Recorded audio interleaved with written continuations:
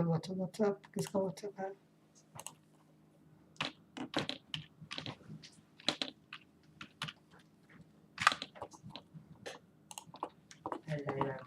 ये व्हाट्सएप देख already connected. कौन सा व्हाट्सएप था ये इसमें इधर somebody you put paste उमेर का व्हाट्सएप इधर दे मुझे तो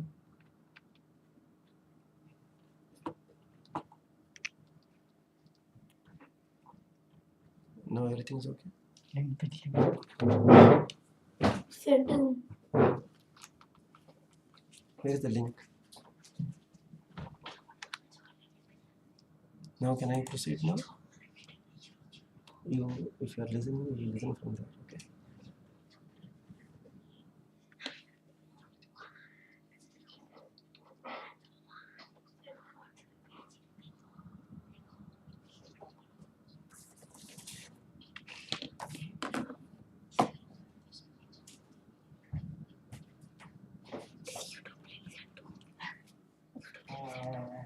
लाइव है। give me that link where is the link मुझे भेजो ना 94021426 कुछ मत करो यार तुम कुछ मत करो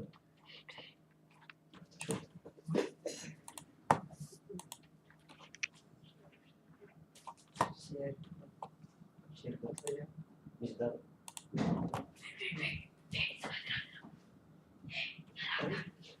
इज हाइपर है ओके वेट ये क्या कर रहे थे व्हाट्सएप लॉगआउट करो तुम्हारा व्हाट्सएप लॉगआउट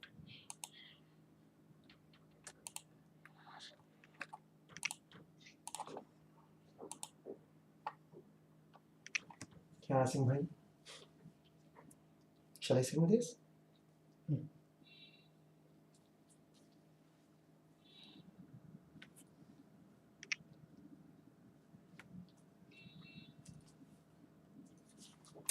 एक मिनट सब्र करो आप सब्र करो अल्लाह के बंदे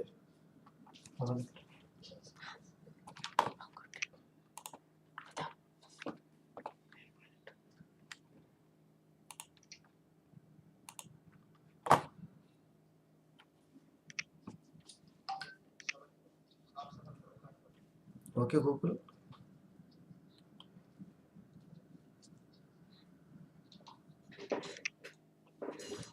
no okay just a minute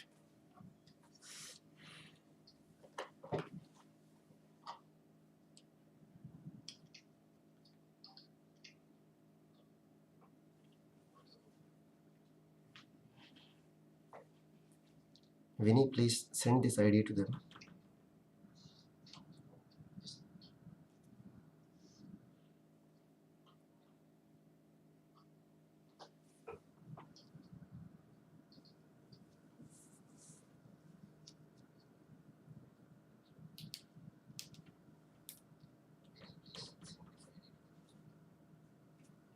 okay Gokul can I proceed now yes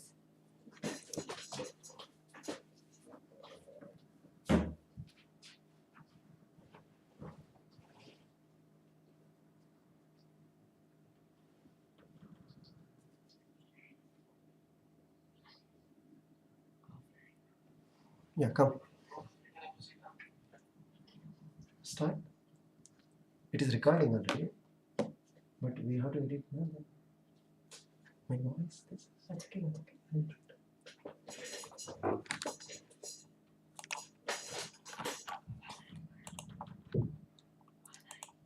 yeah very good afternoon children very good afternoon to you is it clearly audible to you Sudarshana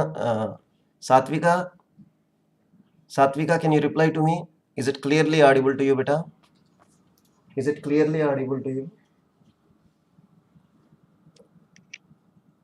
just can you reply Satvika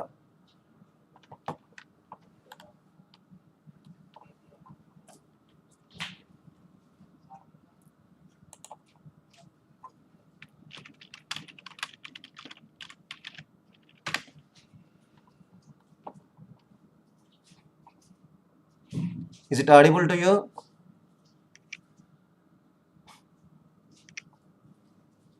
Yes, thank you very much now. I'm sorry, children. Actually, the technical problem it happened because of due to some issue. Now it's everything is okay. I request you people to please share the new ID with your friends, those who are with us in the current class. Okay. Let us see. First of, very good afternoon to you all, children. I hope you are all fine and safe. And let us begin the sample paper analysis today. So this year, the sample paper released by the CBSE is a very standard one, and this paper is having a lot of higher order thinking questions and application based questions. So we will see first of our syllabus. Just I'm displaying for you people. I'm not going to talk about anything about the syllabus because in our previous class I already informed to you. Now you know the marking scheme here. You see the blueprint. We have within the blueprint, 14 questions are the objectives, includes fill in the blank, MCQ, true or false, match the column. All these are all 14 marks. And 2 different case studies for 7 marks. Very short answers. Very short answers means 2 mark questions. You need to answer 6 questions here. Then short answer type 2. We can say type 2 we say, or it is a 3 mark question. 3 questions you need to answer here. In long answer you need to answer 4 long answer type questions here. 4 into 4 16. And essay type questions, essay type questions as usual there is no change. 2 essay questions you need to answer, and both the 2 are having internal choice. In 4 mark you will have 1 question internal choice. In 3 marks you will have 1 question as internal choice, and in 2 marks you will have 2 questions as internal choice. And in case studies you will get 1 case itself as an internal choice for you. Any one case. It may be a 3 mark case or a 4 mark case. And in the objective type, approximately I can say that 4 or 5 internal choice questions will be there for you people. In objectives, generally there is no internal choice in our previous paper, but this year they gave internal choice in the objective also, you see. So let us look into the questions first. If you observe the first question here, dash is an individual's preference for engaging in one or more specific activities relative to others. You see here, what actually this concept, if you see here, an individual's preference for engaging in one particular activity is called as interest. It is a question from the chapter 1. Interest is actually the preference to engage in a particular task or particular activity it is. The second one, if you see, we have an internal choice for this first question itself. Dash test involve divergent thinking ability. Divergent thinking. Can you answer anybody? Which test is actually involving the divergent thinking ability, my children? It is the creativity test. The creativity test is actually, the creativity scales are developed to assess the divergent thinking ability of individuals. Now, the next area you see here, the notion of self-esteem is based on Albert Bandura's social learning theory. It is from the chapter 2. The notion of self-esteem is based on Bandura's social learning theory we are calling. If you observe this concept, actually the notion of self-esteem, in the textbook you can easily recognize it is the self-efficacy which is based on Bandura's social learning theory. The concept of self-efficacy is actually based on Albert Bandura's social learning theory. But if you look into this area, self-esteem means what actually? It is the value judgment made by an individual about himself or herself. Means here the self-esteem in 4 areas a child is going to develop. At the age of 6 to 7 years, an individual is going to have the self-esteem in 4 areas. Physical appearance, physical and athletic competency, academic competency, social competency we are saying. So this is also while observing others' behavior. It is possible. Now the next question you see, the state of physical, emotional and psychological exhaustion is known as, you look into this area, the state of physical, emotional and psychological exhaustion, it is from the chapter 3. It is known as burnout. Burnout means, you see, the burnout is actually the physical, emotional, psychological exhaustion. Chapter 3 from the meeting life challenges this question. Now let us see a MCQ question. Which of the following is true of depression? You see, what actually, if you need to observe all these ABCD options and you need to find out the relevant statement for depression. You see, it affects men more frequently than women. It is wrong. Women are more prone to depression than men. Second one, you see, it is a component of dissociative identity disorder. Again, mistake. It is wrong, you see. It is caused by low activity of serotonin. Yes, depression is due to low activity of serotonin. Chapter 4, if you refer, you will get this.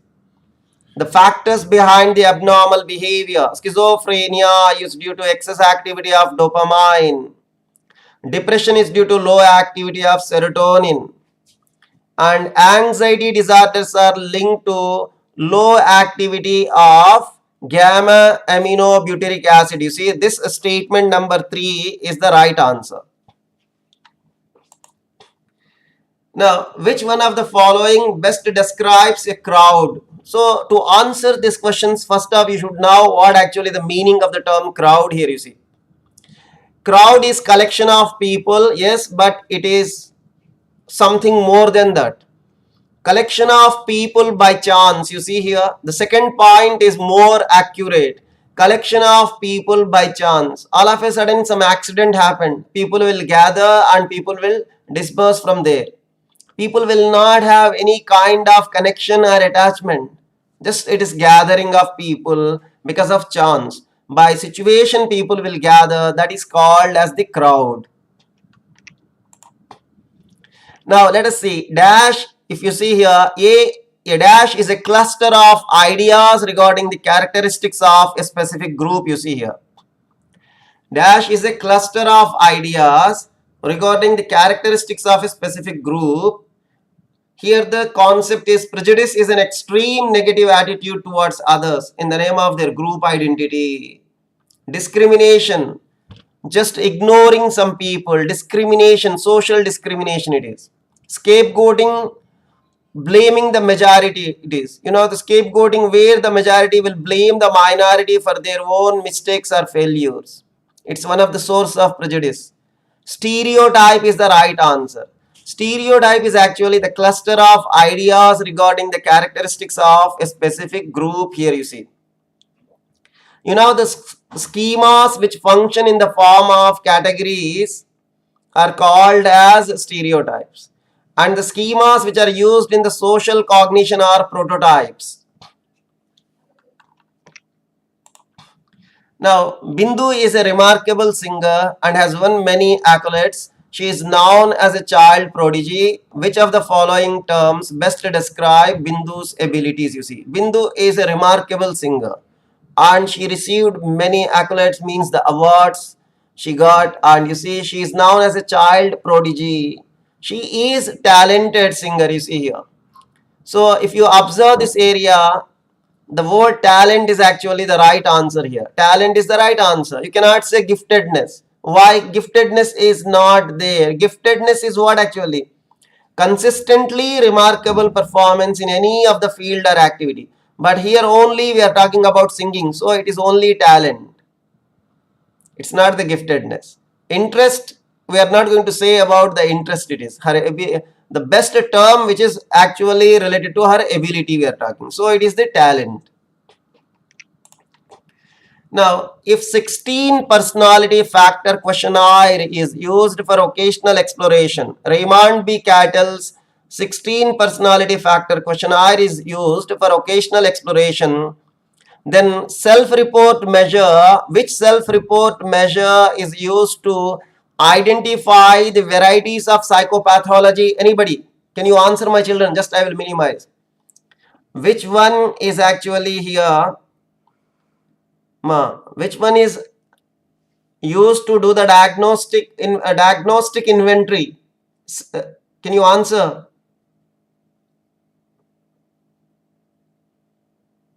Anybody? Nandana?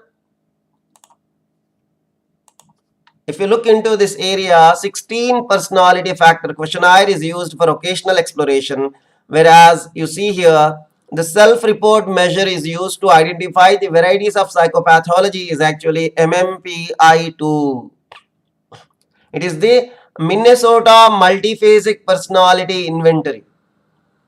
MMPI2, which is one of the most prominent self-report measure and used as a diagnostic inventory.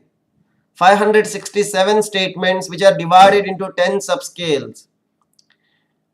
Hypochondriasis, you see 10 subscales are there. Just I am reminding you people here the 10 subscales, hypochondriasis, schizophrenia, mania, social introversion, psychopathic deviate, masculinity, femininity, paranoia, psychasthenia. You see here all these are the 10 subscales, and basically it is a diagnostic tool actually here.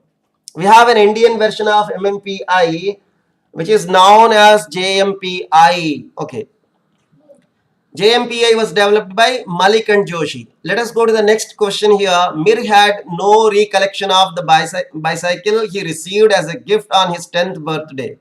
But when Neeta reminded him about the same, okay, you see here what actually this memory here or the mind, if you observe here. He got a cycle as a gift on his 10th birthday, but he don't have any kind of memory. When someone is reminding him, he is able to remember. That kind of memory is kept in the preconscious mind. Conscious mind, preconscious and unconscious. Conscious means the immediate present, whatever you are able to recall, the permanent long-term memory, it is the conscious mind. The preconscious mind, if you see, preconscious, whatever the things are kept, in the preconscious mind, whatever the things are there in the preconscious mind, if you observe, that if you try to recall, you will be able to recall or reproduce. The next area, the unconscious, the things which are in the unconscious, people doesn't like to recall. The sad experiences in their personal life it is. Now let us see the next question here. Anupam lacks patience, exhibits high motivation, feels burdened with work and always seems to be in hurry. He needs to take care of himself, as such people are prone to ailments like, you see here, Anupam is lacking the patience and he's having high motivation and feels with burden with very high work. This personality, if you see the concept of Anupam, if you observe, this is actually the type A personality. Roseman and Friedman's theory of type A. And the threat of the type A personality, people with this personality will suffer with the coronary heart disease, CHD. Now let us look into the next question here. Ritu was unable to decide about the topic of the project. She had to submit for the final examination. She therefore did not complete the work before the deadline, was unable to concentrate on the task at hand, and seemed to suffer from mental overload. The above signs are exhibiting dash effects of stress, you see. She is, if you observe, what are the effect of stress here, you see. She was unable to decide about the topic of the project. She was not able to think in a proper way. She was not able to decide the topic. And because of this, she started developing the depression, you see. So what kind of effect of the stress it is? Cognitive, because decision making problem, brain related it is. Because of the stress, for example, Ritu is smoking cigarette or something, I can say it is the behavioral effect. Here the effect is she failed to make a decision. That is the cognitive effect of stress. Now, let us go to the next question. After several years of living and working in a small town in Gujarat, Harsh wake up one morning insisting that his name is Dhruv and he has to report to his job in Mumbai. He does not recognize the furniture in his apartment or the clothing hanging in his closed. You see, he is completely confused about his current life. He may be experiencing a disorder. You see, which disorder, if you observe here, it is the dissociative fugue. It is in fugue. What happens? All of a sudden an individual is going to lose his original identity. All of a sudden an individual is going to lose his original identity. That is the dissociative fugue. Suddenly unexpected travel will be there in this disorder. Let us see. Neha, a 17-year-old girl, has been binging on large quantity of food, more than what most people of her age would eat. She then engages in purging behavior as often as 3 or 4 times a week. She feels as if she has no control over it. She is most likely to be suffering from which disorder? Generally, when you look into this case, you will see the word binging and you will say it is the binge eating or something, but it is wrong. It is the bulimia nervosa. Read the entire case carefully. In bulimia, an individual will take a large quantity. In binge eating, large quantity will not be there. Frequent eating will be there. Frequent episodes of out of control eating is the binge eating. Here the case, if you see Neha's case, she is eating a large quantity of food.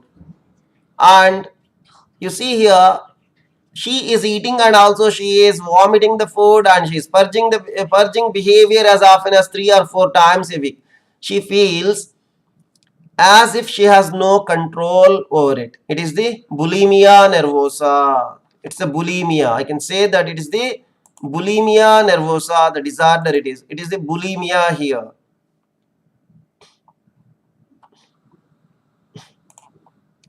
Now you can understand that bulimia nervosa is the eating disorder which is affecting Neha here. Now the next question, a particular therapist teaches clients in a group setting to recognize bodily processes and emotions, that they have blocked from their awareness. The therapist is using client-centered therapy, true or false, you see here. A particular therapist teaches the client in a group setting to recognize the bodily processes and emotions that they have blocked from their awareness. So the therapist is using the client-centered, which therapy it is, you see here. Client-centered therapy is wrong here. So this is the false statement it is. Why it is wrong, you see. Group setting only works in Gestalt therapy. Humanistic therapy, client-centered therapy, psychodynamic therapy, these are all individualized concept. Group setting will not work out here.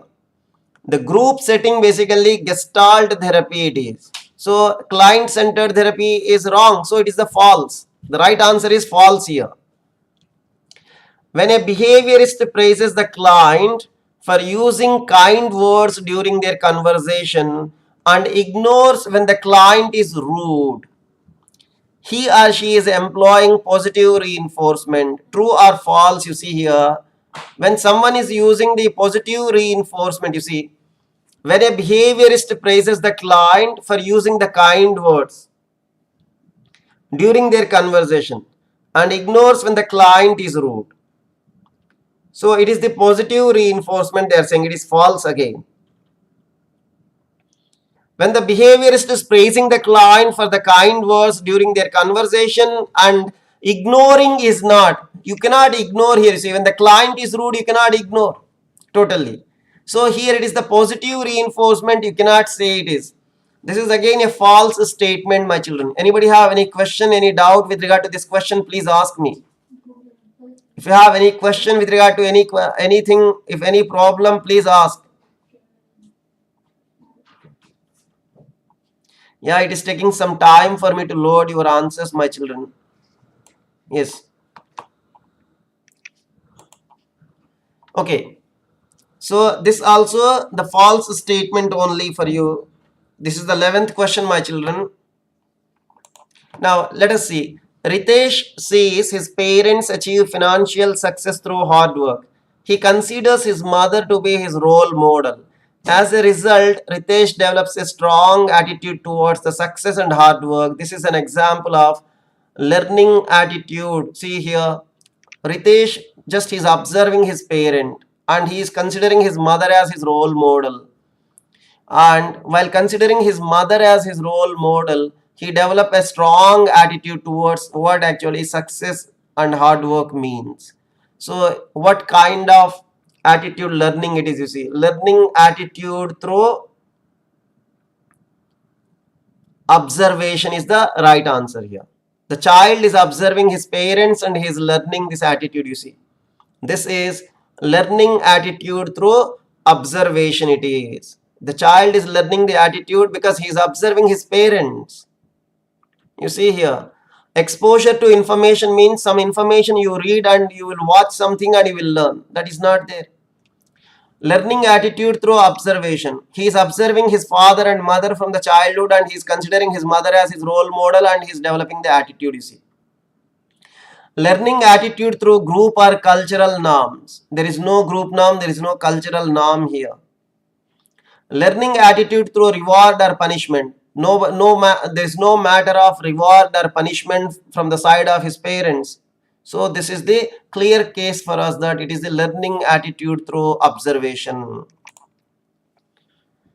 Now let us see here. On being assessed for intelligence, Vivon scored high in aspects like attention, observation, analysis, achievement, orientation.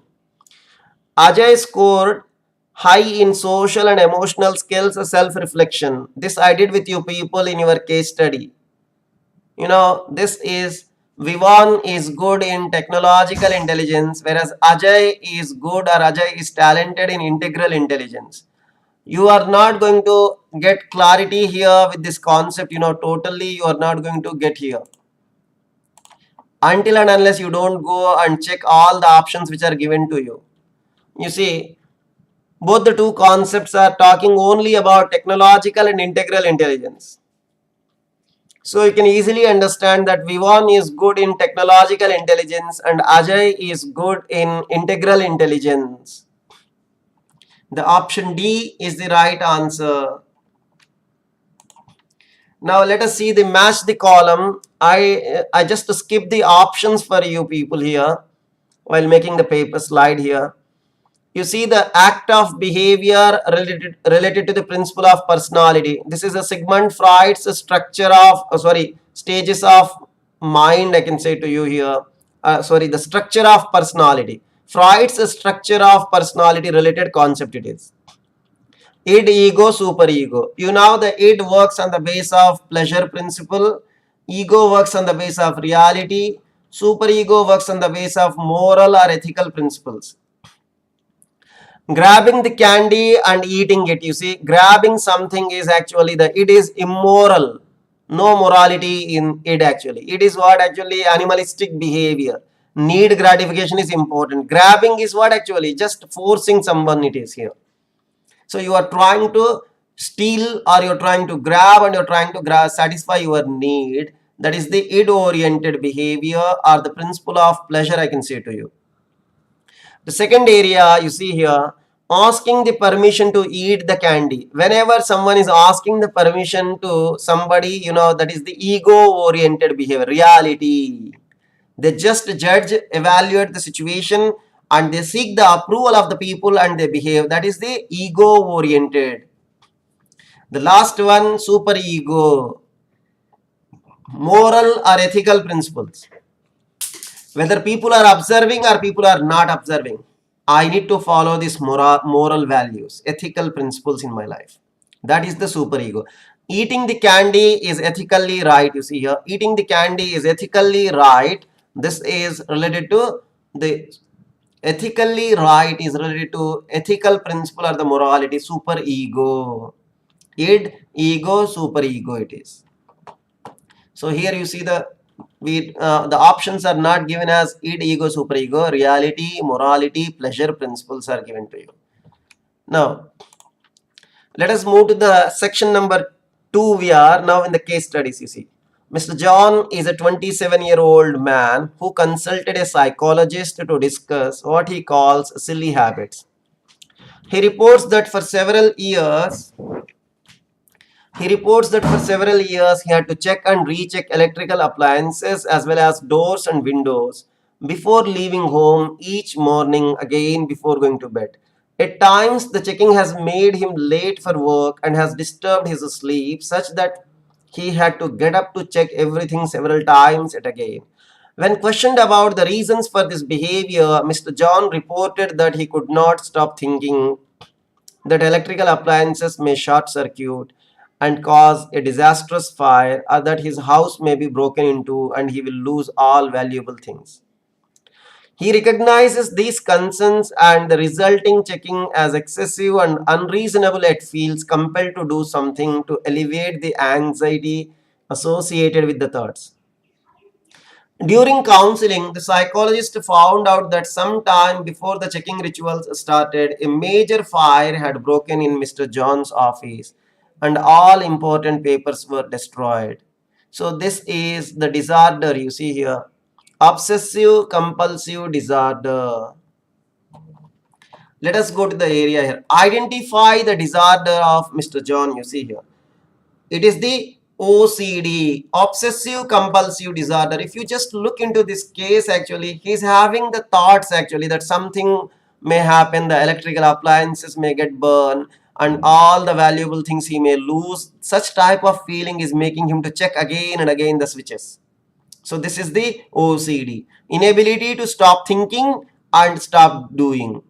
Obsessions are there and compulsions are there. Obsessions are the recurrent thoughts, compulsions are the actions.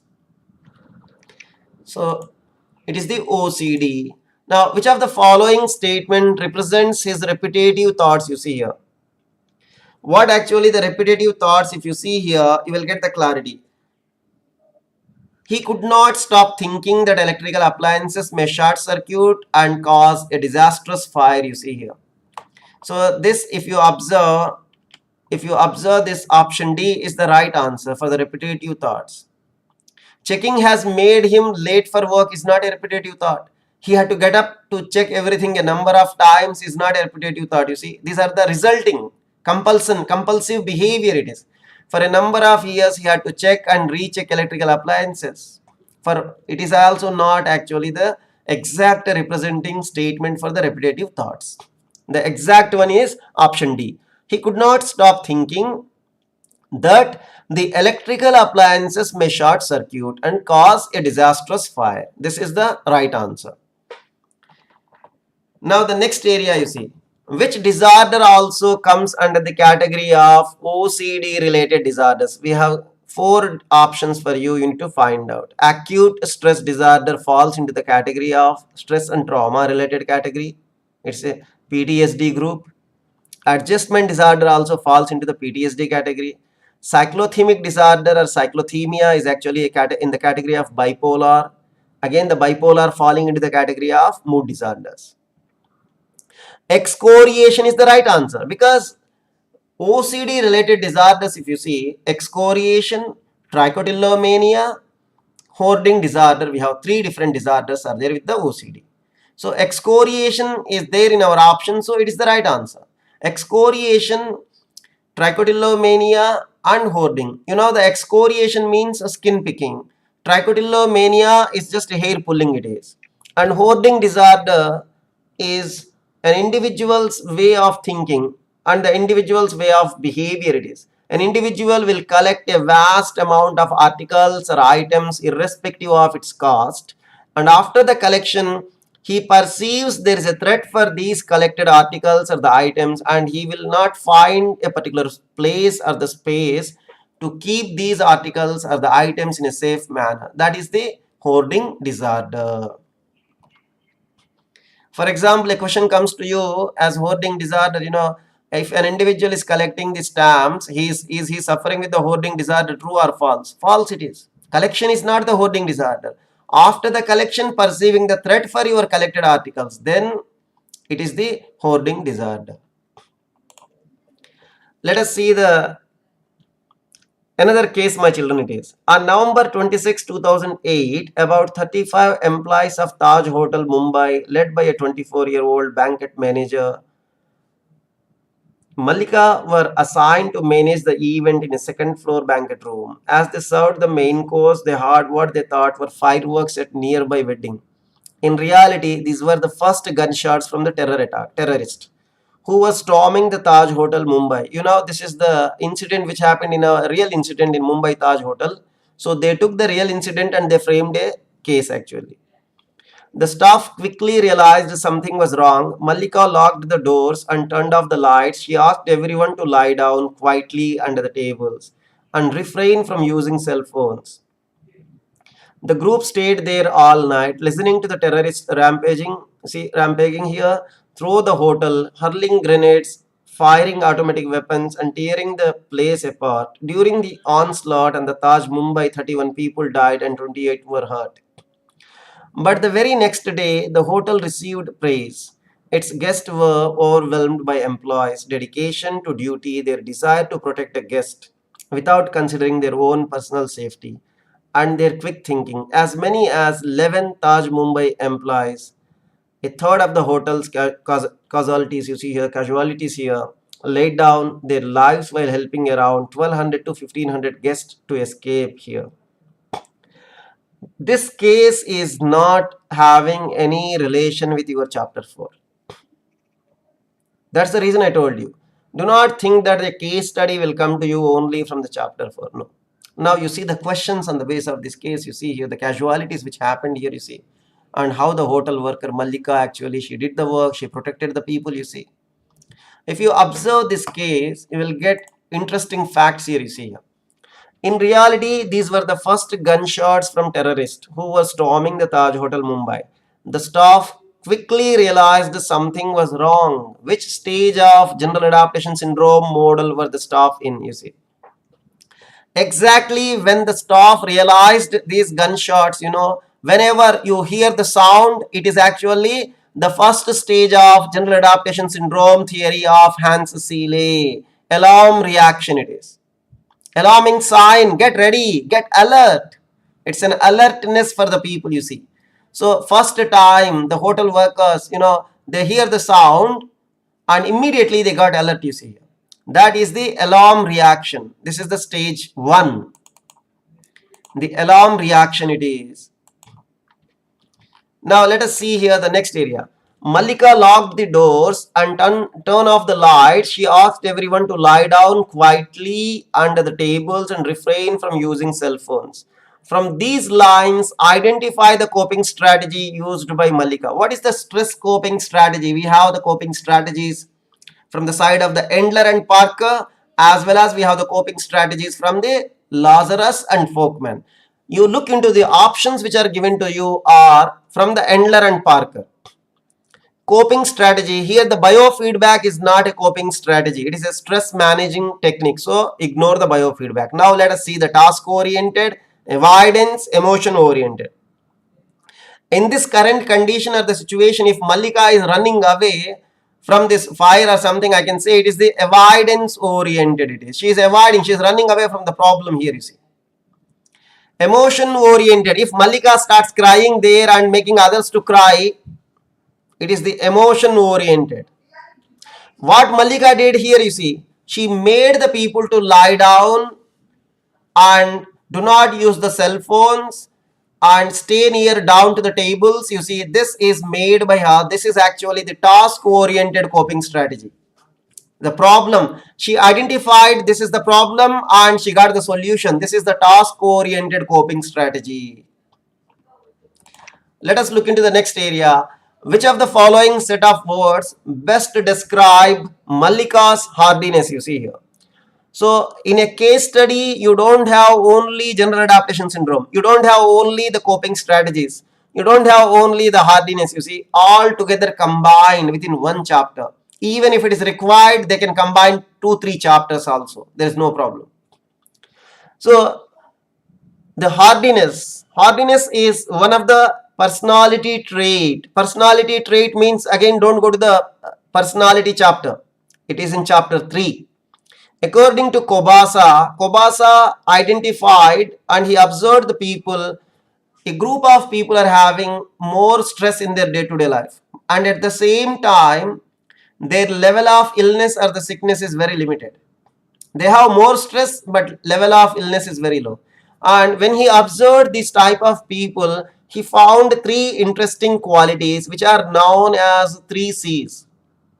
We say the word 3 C's. First C is control, second is commitment, and the third one is challenge. So you see here, control, commitment, and conviction. D is wrong. Commitment, control, and challenge. Option C is the right answer here. Commitment, control, and the challenge here. So Malika is having this commitment. She's committed to save, her hotel guest. You see her control. She just perceived the threat and she was able to control herself and she quickly made the decision. And she perceived it as a challenge. She did not perceive it as a threat. If she would have perceived it as a threat, she will try to cry or she will try to run away. That's the reason. Your perception is the most important area. So control, commitment, and challenge, all these 3 C's are there in the personality of Malika. Let us go to the next question here. Seeley's general adaptation syndrome has been criticized largely for assigning limited role to dash factors. Hans Seeley, father of modern stress research, general adaptation syndrome theory. Many people, they learn the theory, alarm reaction, resistance, exhaustion. They don't go for the criticism. Criticism is very important in this theory. The graph is very important. What is the criticism for this theory? The Seeley's model was criticized. Seeley's model was criticized because Seeley gave more importance to biological factors and he ignored the role of psychological one. Here the question is limited role to which factors? Ignoring psychological factors. So limited role to psychological factors. Option D is the right answer here. I already informed to you that in one of the case we have the internal choice. So let us see this case. In the army, one cannot sit back and relax. A few years after the Kargil war, Deep Chand's regiment was posted to Rajasthan. While setting up an ammunition store, a bomb was accidentally detonated. In the explosion, Deep Chand lost his fingers. Later, both his legs and right arm were amputated. After 24 hours and 17 bottles of blood, he finally gained consciousness. After the accident, lying on the hospital bed, Deep Chand mulled over why he met with an accident. Being an athlete, he felt bad about not being able to run for the state again. He's an army man and also an athlete. After meeting an accident, losing his fingers, his arms, and after, when he wake up, he started feeling very bad because he is not having an opportunity to run for his country. But as they say, once a soldier is always a soldier. I trained myself to walk with the help of prosthetics. I learned to ride a scooter and use a computer, and there has been no looking back, he said.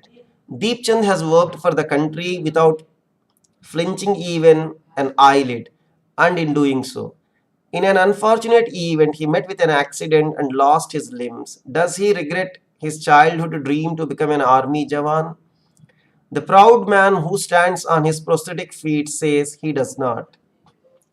The accident could have happened to me in any profession. At least it happened in the line of fire.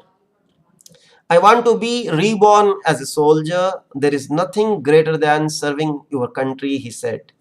You see what he's saying actually. A soldier's bravery, the pride, you see here how nicely it is presented in this case, you see. Let us go to this case. Identify the phenomena that Deep Chand is experiencing immediately after regaining the consciousness in the hospital, you see here. What actually, the time when he is conscious and what he's going to experience here, you see. He's not going to experience the eustress because of he lost his arms, his legs, and first he lost his finger, his legs, everything he lost, you see here. And when he is conscious, he is experiencing the distress here. The suitable term is distress. Eustress is what? The optimum amount of stress for better functioning or better performance. Social pressure is someone is forcing you to do something. Hassles, the daily life events. There is no daily life event. A bomb blast is not a daily life event. Losing the arms, losing the legs or the finger, it is not a daily life event. So the distress is the right answer here. Deepchand's secondary appraisal, you see here. Now you see, we are the second question related to the cognitive theory of stress appraisal by Lazarus. Secondary appraisal is what actually you see here. Appraisal of the threat, appraisal of the harm, appraisal of his coping abilities, or appraisal of the challenges. Primary appraisal is what actually perceiving the changing environment as positive, as negative, as neutral. Now, the secondary appraisal is evaluation of your own coping abilities. So, the word you see here, appraisal of the coping abilities and the resources is the right answer. Option C is the right answer in this question. Now, let us see. Based on below given statement, what will determine Deepchand's cognitive appraisal of the event you see here? Cognitive appraisal. The accident could have happened to me in any profession. At least it happened in the line of fire. I want to be reborn as a soldier. There is nothing greater than serving your country, he said. So let us see here what actually the concept you see. Based on the below given statement, what will determine Deepchand's cognitive appraisal of the event you see. Your cognitive appraisal is depending on your past and the present experiences you see here. You know the primary appraisal, how you perceive the changing environment. Your perception of the changing environment basically depends on past experiences and the controllability. So look into this area. Your past experiences and controllability. Option D is the right answer. Here it is. The past experiences and control ability is the right answer, my children. Option D it is. Past experiences and control ability. Now, the next question, if you see, what was the source of Deepchand's stress, you see? A bomb blast. So, bomb blast is falling into the category of life event? No. Traumatic event? Yes, true. It is the option B. Trauma or the traumatic event is actually, the trauma or the traumatic event is the main source of stress here in the life of Deepchand. A bomb blast is a traumatic event. It is not a hassle, daily life event like traffic problem, water shortage. You know, these are all generally we consider as hassles. Environmental problem, there is no volcano or cyclone or flood or earthquake. Life event is major event, but it is natural, like death of the loved ones, separations. These are all life events. So traumatic event is a unfortunate, painful incidents or events. So this is the option B. Let us look into our 2-mark answers, my children. Now, children, listen carefully. This class, I think by 2 o'clock or 2:15, I will try to complete. Okay. Please try to be patient. Have some patience. Distinguish between social pressure and social stress. Both the two are the two different terms. Social pressure is the pressure which is put by somebody on you. For example, if a teacher is forcing you to study and do the work, that is the social pressure. Or your parents are demanding you some better grade, that is the indication of the social pressure. Somebody who is making you to do this. What about the social stress? The stress which is resulting because of due to your interactions with other people. Because of due to your interactions with other people, what kind of stress you experience in your day-to-day life, that is the social stress.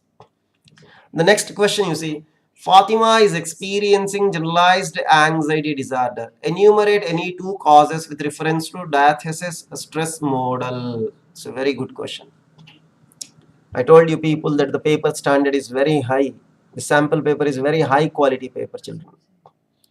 They are saying about the GAD disorder and asking you to also link with the diathesis stress model of abnormal behavior. In diathesis stress model, we have the 3 reasons. Any of the 2 reasons you need to mention here. The first reason, the psychological disorders are inherited from the ancestors. It is inherited from the ancestors. The second one, the psychological disorders are because of due to vulnerability, readiness, or the tendency to acquire. Each and everyone is born with some tendency, and that is actually the vulnerability they are saying.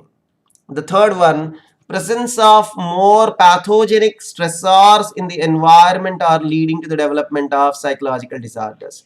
So within these 3, you need to apply any of the 2 here to the Fatima's case. You can say maybe Fatima's parents suffered with the anxiety problem and it is inherited, you can say, or you can say the presence of pathogenic stressors in the environment, insulting people, or the people who have a full of negative attitude made Fatima to develop like this way, you can say. You have to give the heading of the diathesis stress model 2 points, and you need to slightly give an application point here. The third question, if you see here, differentiate between hostile aggression and proactive aggression, you see here. Hostile aggression means what, you see? Hostile aggression is a kind of aggression where an individual, will be hostile towards others, hostile or injuring someone it is. Whereas the proactive aggression, if you see, dominating or bullying others without their provocation. You're trying to dominate on someone, you're forcing somebody to accept, you see. When you force someone to accept your view, your idea, that is the proactive aggression. Just you're trying to dominate on them. Hostile aggression, you see, it's directed to inflict an injury to others. Now, what are the life skills? List any 2 life skills. You see here, children, life skills is very interesting area. Life skills are the abilities for adaptive and positive behavior. Life skills are the abilities, certain abilities for adaptive and positive behavior. If you are having these life skills, you will be free from the stress in your day-to-day life. So, any of the 2 life skills we are talking here. Assertiveness, time management, improving relations, self-care. These are all the life skills you see here. I can say that these are all the life skills here. If you observe time management, rational thinking, improving relationship, self-care, overcoming unhelpful habits, these are all the life skills I can say to you. Any of the 2 you can take. Assertiveness, it is not rudeness. Don't get confused. Being assertive is not being rude. Assertiveness. If you are able to express your ideas, your thoughts, your emotions, your feelings in a clear-cut manner, that is called as assertiveness. Time management, managing the time in a balanced way, in a right manner, you see. Very short period of time you have now. When your exams will begin, most probably March or April. So this short period of time, how you plan and how you complete your work, your task, this is a very interesting and an important area for us, time management. The next area, even you are writing the exam also, you need to manage the time, you see. Some people will come out of the exam and they say paper is lengthy. Some people will come out and they say paper is very easy. Actually, in a paper is lengthy, in a paper is easy or something, it is basically our preparation, our planning, our time management.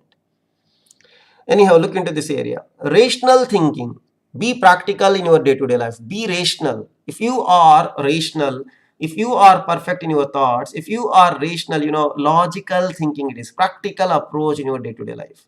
Most of the stress-related problems are because of due to our irrational thoughts. Irrational, illogical thoughts. That's the reason try to be rational in your life. Improve your relation with others. Yes, very good important area. You need to have a very good relation with others. Improvement of your relations makes your work easy. Try to have the positive relation with each and every individual in your day-to-day life. Self-care, take care of yourself, your food, your lifestyle, everything you need to take care here. Overcoming unhelpful habits. I'm not going in detail because I need to complete the paper in time. That's the reason. Try to overcome unhelpful habits like postponement, procrastination. Try to overcome these unhelpful habits in your day-to-day life, and you see the change in your life.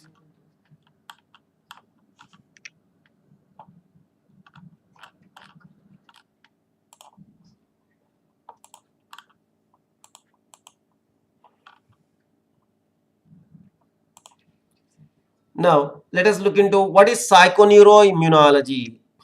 It's an interesting question, and this question you learn in chapter 1 in class 11 also. Psychoneuroimmunology is a branch of it's a branch of study. It's not a branch of psychology. Try to understand. It's a branch of study. It studies the links between the mind, brain, and immune system. Point number 1 it is. And the point number 2, it also studies the influence or the impact of stress on our day-to-day life or our immune system. How the stress is affecting our immune system. That is the topic of discussion in the psychoneuroimmunology. What is group polarization? You see here. Group polarization. It's a very interesting group phenomenon actually.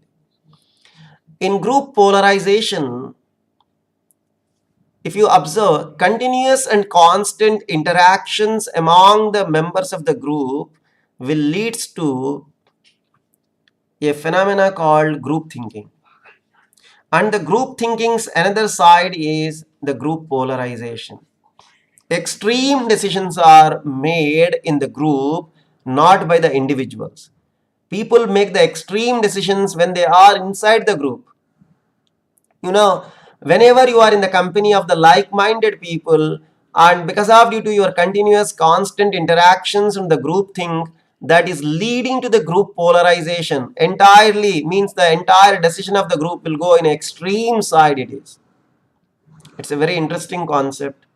Most of the time in the politics, basically they used this term. In social psychology they will use.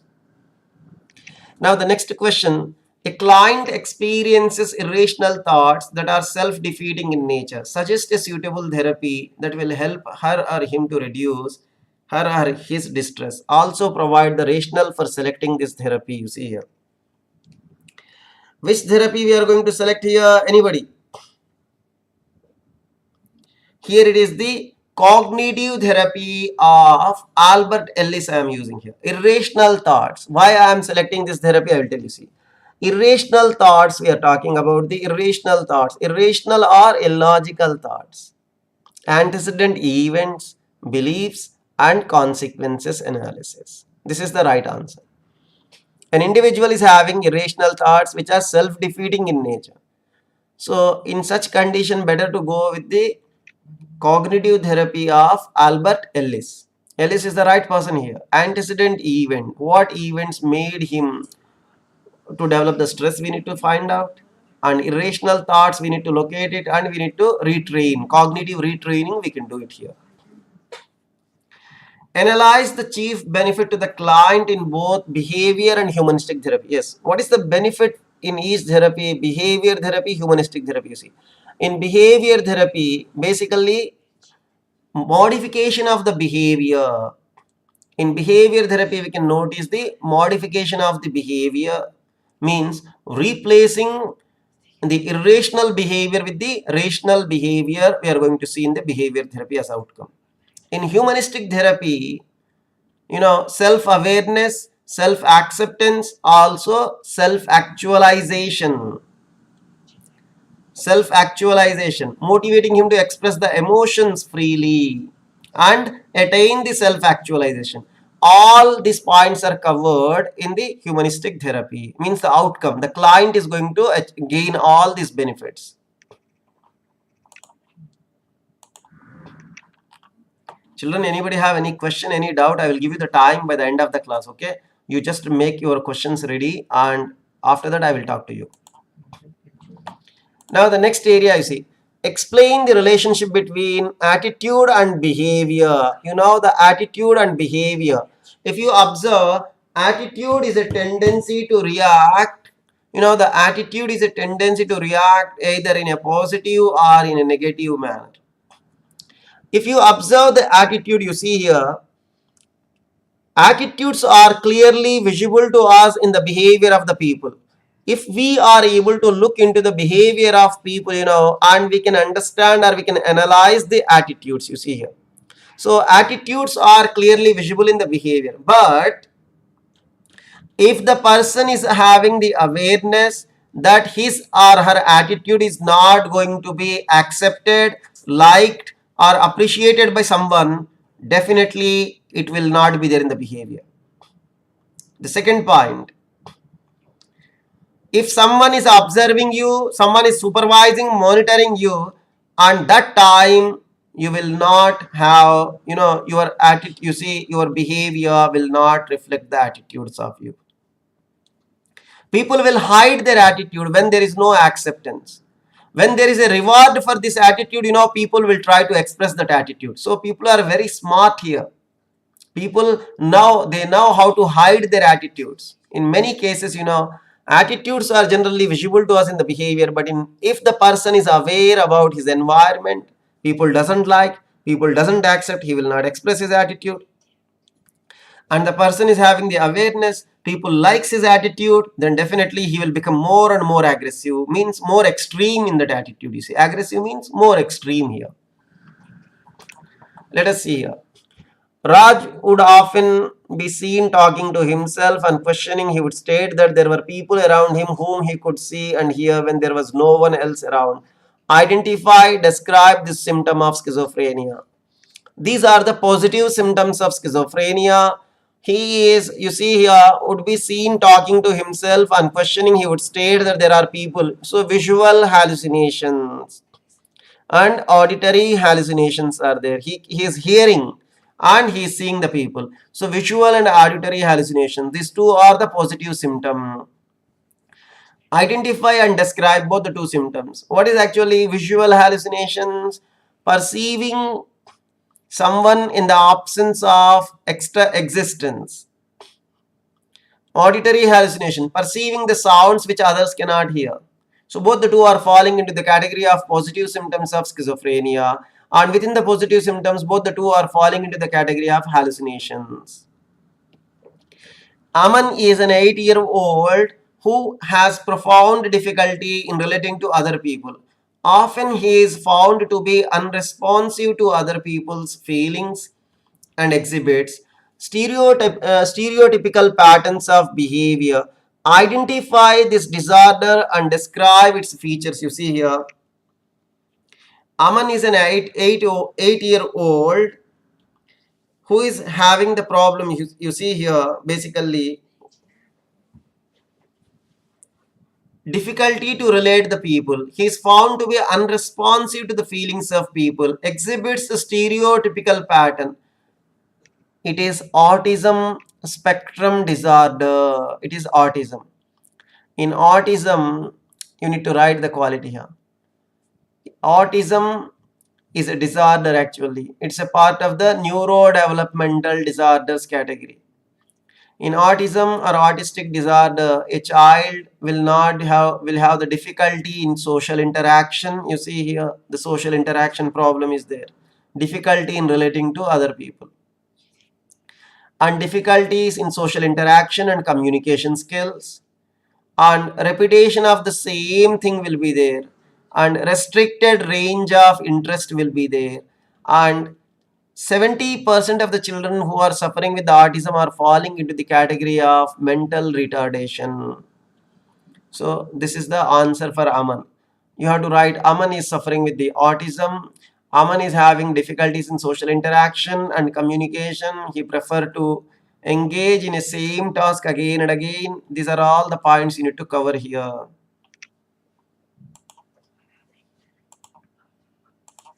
Let us see. Robin is terribly afraid of snakes. His phobias has made him so dysfunctional that he had to take a long leave from his job at the local zoo. This happened when he heard that a new snake enclosure would soon open. Identify, he is working as as an employee in a zoo park, and when the zoo authority, they are trying to open a new snake enclosure, he came to know, and he's already having the phobia of the snakes, and he took the leave and he left. You see here. Identify the therapeutic technique that would help. Phobias, basically we treat with the help of systematic desensitization. So you need to use the desensitization technique, but it is a very small concept, you see. But you have to say how the process you are going to apply. First, you need to arrange all the different phobias experienced by Robin in an orderly manner. Prioritization or priority list, you have to make it. Least level of phobia or the fear to bottom should be high level of fear or the phobia. The beginning should be low level, and step by step when you are coming down, the fear level will increase. So you need to make a priority list, and you need to talk about relaxation training. Yes, in between the desensitization technique, whenever you are using, if the client is feeling so much stress, that time you need to provide the relaxation to the client. You need to provide the relaxation, and this providing the relaxation is actually what, whenever he is having high anxiety or the stress, the time you are providing the relaxation. This is a part of the reciprocal inhibition. You need to mention about the principle of reciprocal inhibition here. This is the answer for this question. Radhika was fond of junk food and ate it too often. However, she always felt guilty as she now junk food was harmful for her health and wanted to give it up. Explain the process that will lead to change in her attitude. Look into this area. If you read half question, you will get confused that she is eating the food, so you will go to eating disorder. We are not going to eat. That's the reason. Reading the question paper 3 to 4 times is mandatory. If you are reading all these sample paper questions you see here, you will get confused. You will think, after reading 2 lines, junk food, okay, go to the eating disorder. No. Carefully you see. Ending what they are asking, attitude change theory. It is the cognitive dissonance theory. It is the cognitive dissonance theory. Consonant 1, consonant 2. The gap is the dissonance. She knows that the junk food is harmful for her health. So the consonant 1, junk food is harmful to health. Consonant 2, I can't give up. Consonant 2, the dissonance theory. Now the attitude change here, you see. How it is going to change? If she is moving to change her behavior or her cognitive component. Mindset is the cognitive component of the consonant 1. Consonant 2 is the behavior. So which area is going to which area or which consonant is going to face the change here is the most important for us. So explain the dissonance theory of Leon Festinger and Carl Smith. Explain the reasons that make people join in groups. What reasons are making the people to join in groups, my children? Security. Direct question for you people from the chapter 7. You see, in this paper, very few questions are direct to you. Remaining all are indirect. So security, status, self-esteem, satisfaction of the needs, sharing the knowledge, information, so many reasons are there. You need to mention these reasons and explain. Because of these reasons, people prefer to join in the groups. Now you see, explain the concept of personality.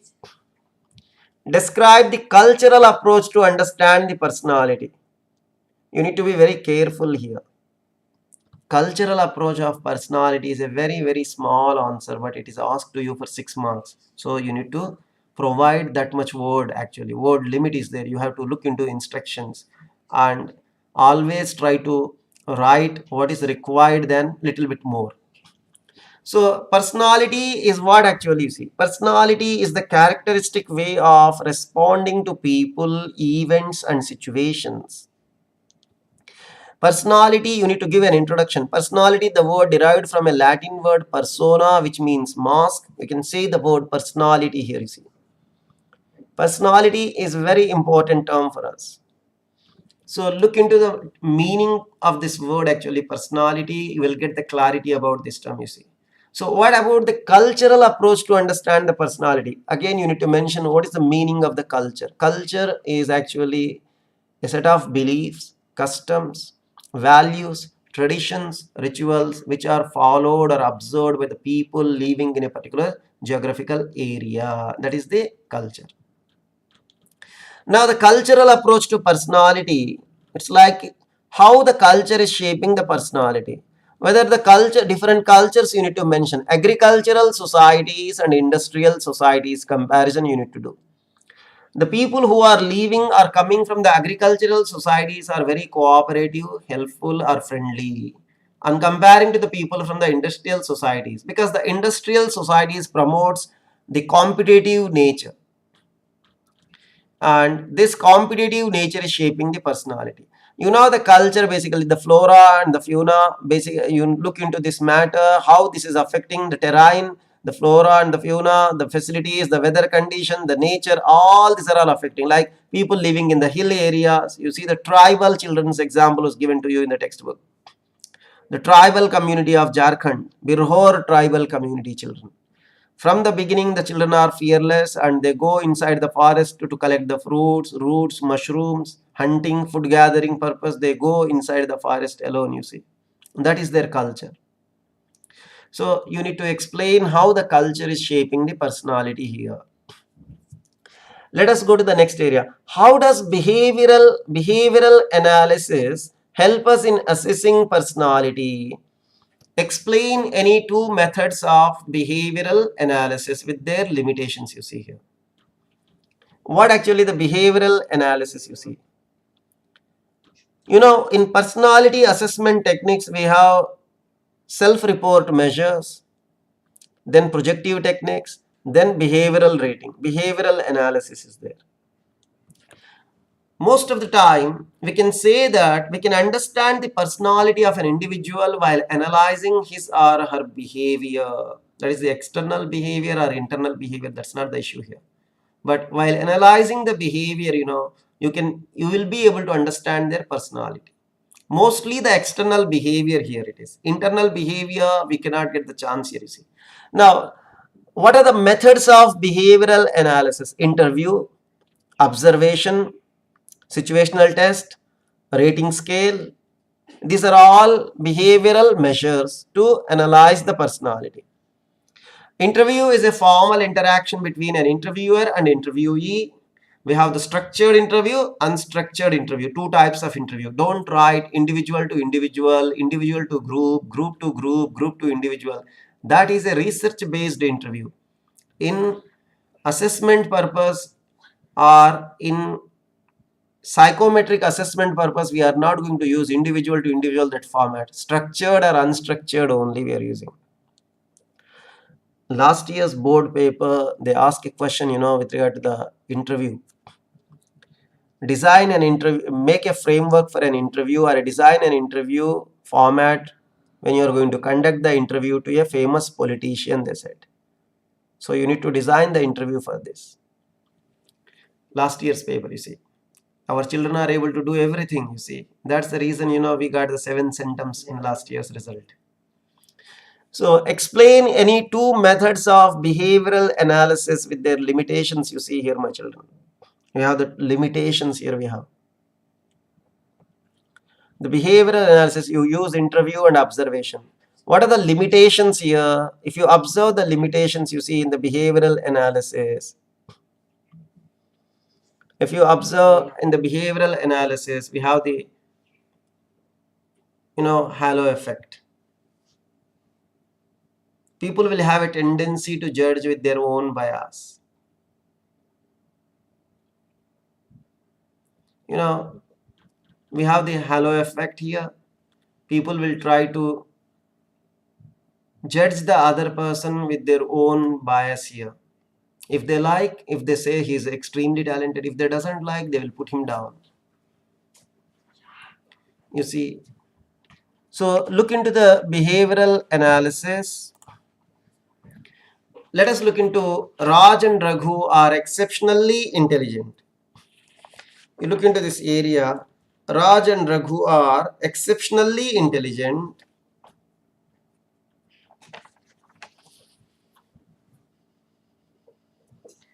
exceptionally intelligent children of highly successful doctor parents.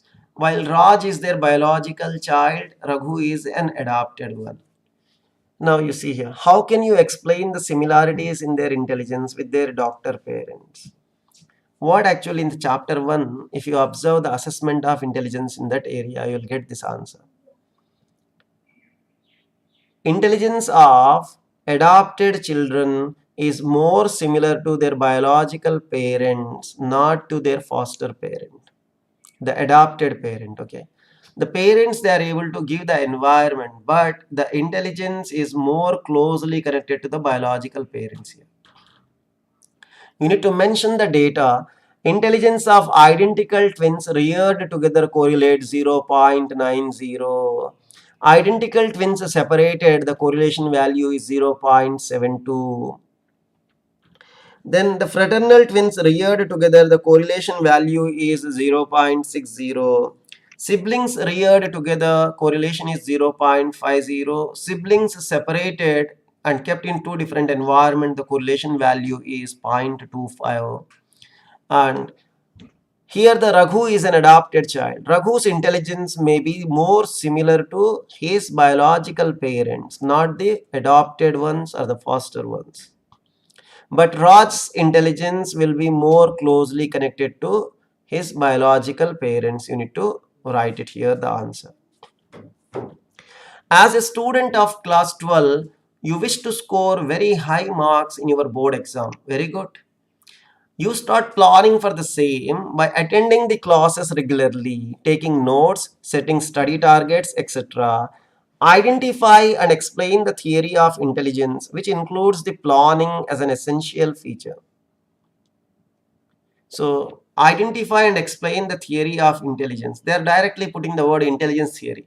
Planning is a very important component in one of the intelligence theory, that is the pass model theory of intelligence, J.P. Das. So you need to mention about J.P. Das pass model theory of intelligence. For every 6 mark or a 4 mark question, children, please try to write 3 to 4 lines of the 4 sentences as introduction. Then you go to the main body. Don't try to start directly. Don't put the heading like directly planning. No. Say that J.P. Das, Jack Naglieri, Kirby are the people who proposed this pass model theory of intelligence. According to them, intellectual activity involves the interdependent functioning of 3 neurological systems of the brain, which are called as functional units of the brain. P is planning, A is attention or arousal, S is simultaneous processing, S is successive processing.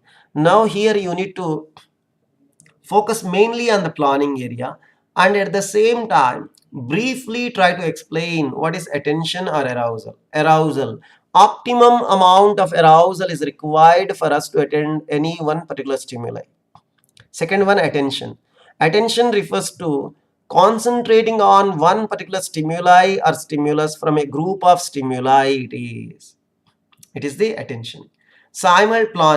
Planning is a meta component, higher order component. If you are able to plan in a right manner, you will be able to successful in your future or in your life. The plan should be feasible. Try to understand the planning. Whenever you make a plan, your plan need to be feasible. It should not be like, sometimes people will plan but they cannot execute. And the plan should be flexible. You cannot make a rigid plan. All of a sudden, for example, you see, today I was planning to have a class at 12:30 with a link, but there is some technical problem happened. Immediately we change our plan, you see. That is the flexibility. We cannot be rigid and we cannot say that with the same ID we will go to the class like this. No. Even though if you are missing this class, the recorded session will be available to you, and I will share this link also with you people so you can watch. So planning should be flexible. It should not be rigid. So this is the with regard to the planning. The last area, if you see here, attention or arousal, planning, simultaneous processing and successive processing. What actually the simultaneous processing and successive processing, if you see, simultaneous processing refers to receiving the information from the environment and storing that information in your memory with the existing already similar information. For example, today you are learning something in psychology. Previously also you learned psychology. Whatever today you are learning, that new information is going to join with the already what you know or what knowledge you have about the subject psychology. That is the simultaneous processing.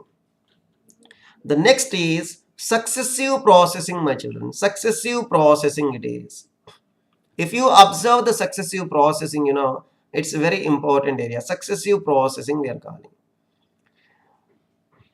Recalling the entire content one by one in a serial order. I can say that it is like a serial reproduction method actually. Successive processing is serial reproduction method it is. And then last you write the cognitive assessment system, a battery of intelligence which was developed by J.P. Das. CAS is a battery of intelligence. It's a battery because it is having a verbal dimension and non-verbal dimension. It has both the two verbal and non-verbal aspects of intelligence. It is used for the age group of 5 to 18 years of people. That's it. I hope the paper is clear to you people, my children. From your side, any questions, any doubts, feel free to ask me. I'm waiting for you people, children. Can you please ask your questions, your doubts, my children? Anybody have any question, any doubt? You can recheck this paper, children. If you have any difficulty, any problem, you can please try to recheck. That will be shared to you. The link will be shared to you people. You can cross check. Anybody have any question, any doubt, my children? Ma, anybody? Akash, Nandana, Param, Riya? Anybody have any question? And many people they did not attend and they just maybe they will attend later because recorded session people can watch, no problem. Try to recheck. You see the standard of this paper, you see the sample paper, how it is actually made, you see here, and try to have the clarity about the questions here. Many higher order thinking questions are there and application questions are there. Even though the case studies you see here, the very very lengthy case studies are there. And I would like to conduct one more case study session for you people, children. That is not from the chapter 4 or 5, exclusively, chapter 2 and 3 actually I am planning. Maybe I will share with you people the link and I will inform to you people so that you can join in time and you can interact with me.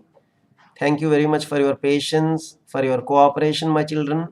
Even though there was some technical problem, but you understand this issue. I'm very sorry for that. Take care and God bless you all, my children.